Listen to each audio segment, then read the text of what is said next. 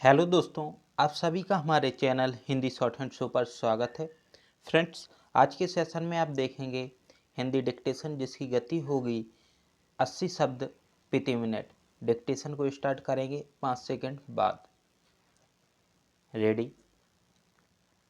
महोदय, इस उपग्रह पर मानव अस्तित्व को बनाए रखने के लिए सबसे पहले आवश्यक है कि ऐसे विकास कार्यों को जारी रखा जाए जो सामाजिक न्याय पर आधारित हों और न्यायपालिका का समर्थन प्राप्त हो, अन्यथा पर्यावरणीय प्रदूषण के कारण ना तो पीने के लिए साफ पानी मिलेगा और ना सांस लेने के लिए शुद्ध वायु और ना ही आश्रय देने वाले वृक्ष ही रहेंगे। 21वीं सदी संपूर्ण संसार मात्र शमशान भूमि तथा उद्योगों की और रेडियोधर्मी कचरे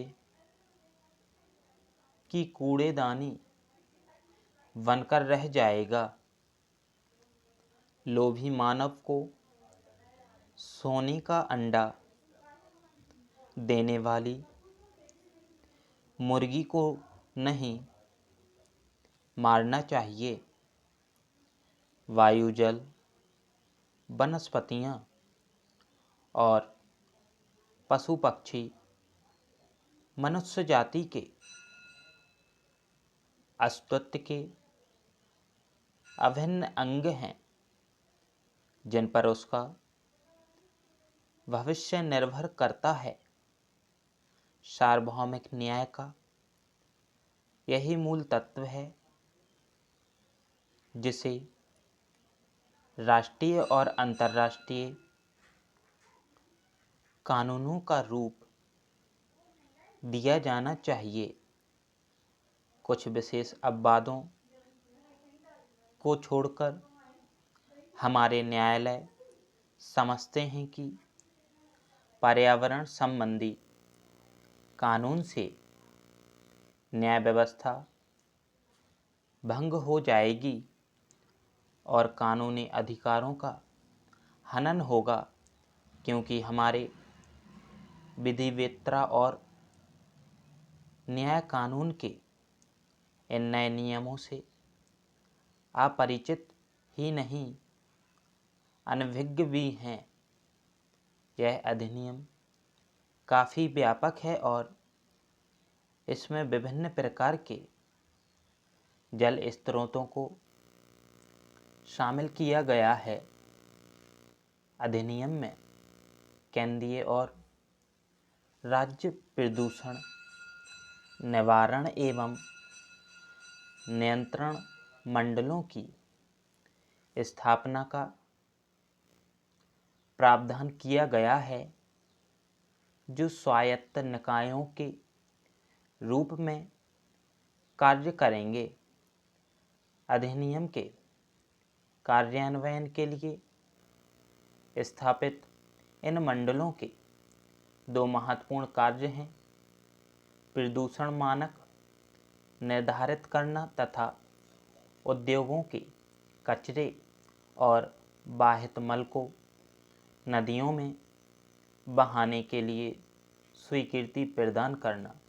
केंद्रीय प्रदूषण नियंत्रण मंडल केंद्र सरकार और राज्यों के प्रदूषण नियंत्रण मंडल राज्य सरकारों के लिखित निर्देशों का पालन करने के लिए बाध्य होंगे।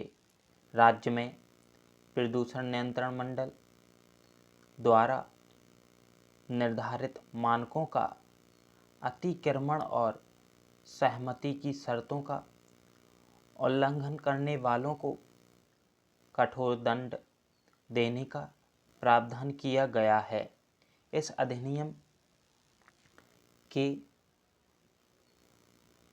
अधीन प्रदूषण नियंत्रण मंडल द्वारा शिकायत किए जाने पर या उसकी पूर्वानुमति से ही किसी न्यायालय द्वारा किसी अपराध पर विचार किया जा सकता है।